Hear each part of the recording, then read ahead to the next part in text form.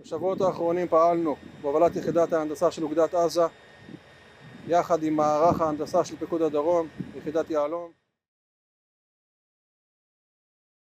Pasukan pertahanan Israel dilaporkan mengalami guncangan psikologis hingga frustasi dalam perang dengan perlawanan Palestina.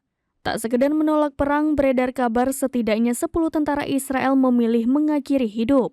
Bahkan beberapa di antaranya ada yang membakar diri hingga menembak kepalanya. Dikutip dari Al-Mayadin.net via Tribun News, pada Senin 13 Mei 2024, surat kabar Israel Haaretz mengatakan militer Zionis bersikeras menutupi kondisi pasukannya, termasuk soal jumlah tentara Israel yang memilih untuk mengakhiri hidup terhitung sejak 7 Oktober.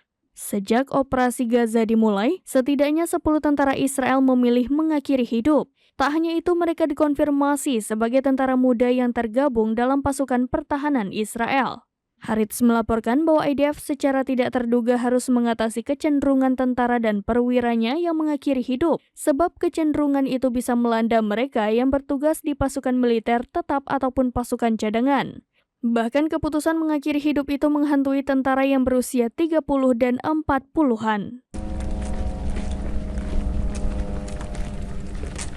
בשבועות האחרונים פעלנו בהובלת יחידת ההנדסה של אוגדת עזה יחד עם מערך ההנדסה של פיקוד הדרום, יחידת יהלום.